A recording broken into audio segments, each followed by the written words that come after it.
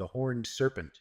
You're watching Phantom Astronaut's Night Terrors, where folklore and fear collide, and ancient stories take on new life. Tonight, we explore the chilling legend of Horned Serpent from Mik'Maq folklore, said to guard the waters and exact vengeance on those who dare to defy nature's balance. This story brings together haunting emotions, historical echoes, and the whispers of the supernatural. If you love tales of the unknown, remember to like, share, and subscribe to help our channel grow. Check the links in the description for more ways to support us. Now, let's venture into the shadowy depths of this ancient legend. The wind howled through the trees, carrying with it the sharp scent of pine and the faint tang of brackish water. The lake lay still and dark, its surface like polished obsidian under the sliver of a crescent moon. Deep in the heart of Mikmaq territory, the lake had no name, at least not one anyone dared to speak aloud. The elders called it cursed. The children whispered of spirits that stirred beneath its depths.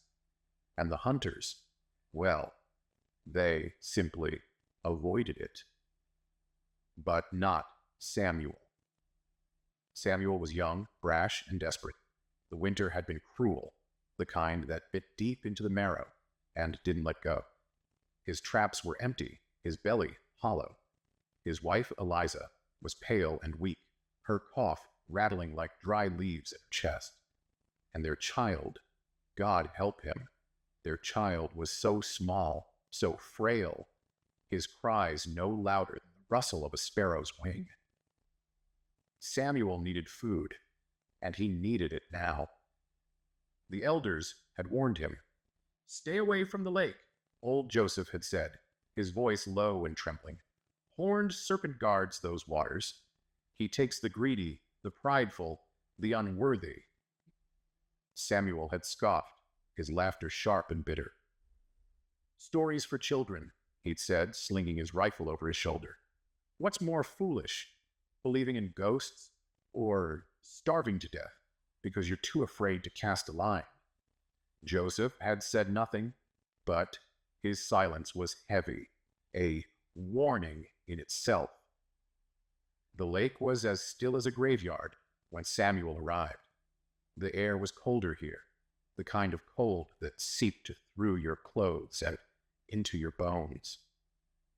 He set up his lines quickly, his hands shaking, not from fear, he told himself, but from hunger.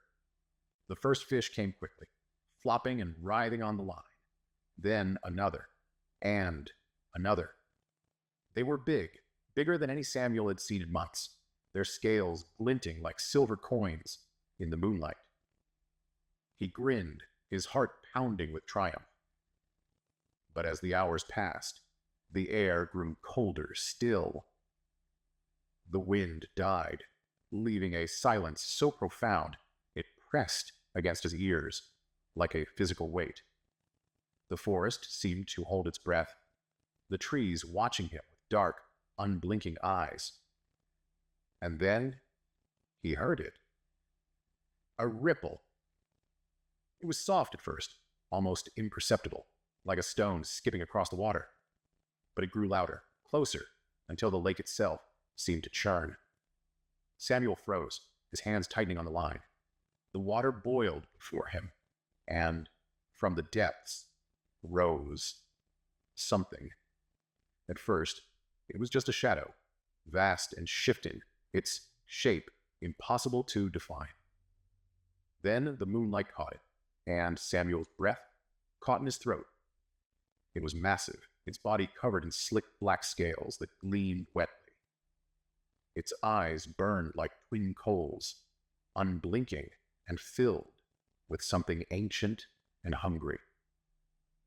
Its mouth opened, revealing rows of jagged teeth, each as long as a knife blade. But it wasn't the teeth that terrified Samuel. It was the sound. A low, guttural rumble that seemed to come from everywhere and nowhere, a sound that wasn't meant for human ears. The horned serpent didn't move, didn't attack. It just stared, as if it were waiting. Samuel stumbled backward, his heart hammering in his chest. He tried to run, but his legs felt like lead. The creature's gaze held him in place, its presence as inescapable as the weight of his own guilt. "I didn't mean to," Samuel whispered, his voice trembling. "I just needed to feed my family." The creature tilted its head, a gesture almost human, but its eyes betrayed no understanding, no mercy. It surged forward, the water crashing against the shore, and Samuel fell to his knees. "Please," he begged. "I'll return the fish. I'll never come back. Just let me go." The creature paused, its burning eyes narrowing. Then, slowly, it sank back into the water, the ripples fading until the lake was still once more. Samuel wasted no time. He gathered his lines, his catch, and ran until his lungs burned, until the forest swallowed the lake behind him. Samuel returned home that night, his arms full of fish, his heart heavy with relief. Eliza cried when she saw him, her thin arms wrapping around his neck. Their child ate and slept soundly for the first time in weeks. For a moment it seemed the curse had been lifted. But the lake wasn't done with him. That night Samuel dreamed of water. He was standing at the edge of the lake, the moon high and cold above him. The horned serpent was there, its eyes glowing like embers in the dark. It spoke, not with words, but with a voice that echoed in his mind, a voice that promised suffering. "You have taken what is not yours," it said, "and now I will take what is mine." Samuel woke screaming, his body drenched in sweat. He tried to shake off the dream, but the feeling lingered, a weight pressing against his chest. The next morning, the child's crib was empty. They searched for days, calling the child's name until their voices were raw. They combed the forest, the rivers, the town. But there was no sign of him, no footprints, no sound, nothing. Eliza was inconsolable. She sat by the fire, rocking back and forth, her eyes hollow. Samuel tried to comfort her, but his words felt empty, meaningless. He knew the truth. He'd taken from the lake, and now the lake had taken from him. Desperate and broken, Samuel returned to the lake.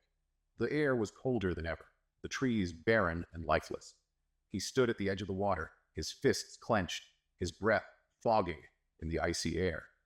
"Take me," he shouted, his voice cracking. "Take me, and give him back." The lake rippled, and the horned serpent rose once more. It stared at him, its burning eyes unyielding. Samuel fell to his knees, tears streaming down his face. "Please," he whispered. "I'll do anything." The creature didn't speak. It didn't need to. It surged forward, its massive form looming over him. And then it struck. They found Samuel's body days later, washed up on the shore. His face was frozen in a rictus of terror, his eyes wide and unseeing. The fish were gone, the child never found. The villagers whispered of the horned serpent, of its wrath and its mercy, of the price it exacted on those who dared to defy it. And to this day, the lake remains nameless, its waters still and dark, hiding secrets that no one dares uncover. Thank you for joining me on this harrowing journey into the legend of Horned Serpent. If tonight's episode of Phantom Astronaut's Night Terrors chilled you to the bone, remember to like, share, and subscribe to help the channel grow. don't forget to check the links in the description for more ways to support us. This has been Phantom Astronauts Nocturnal Tales. I'll see you out there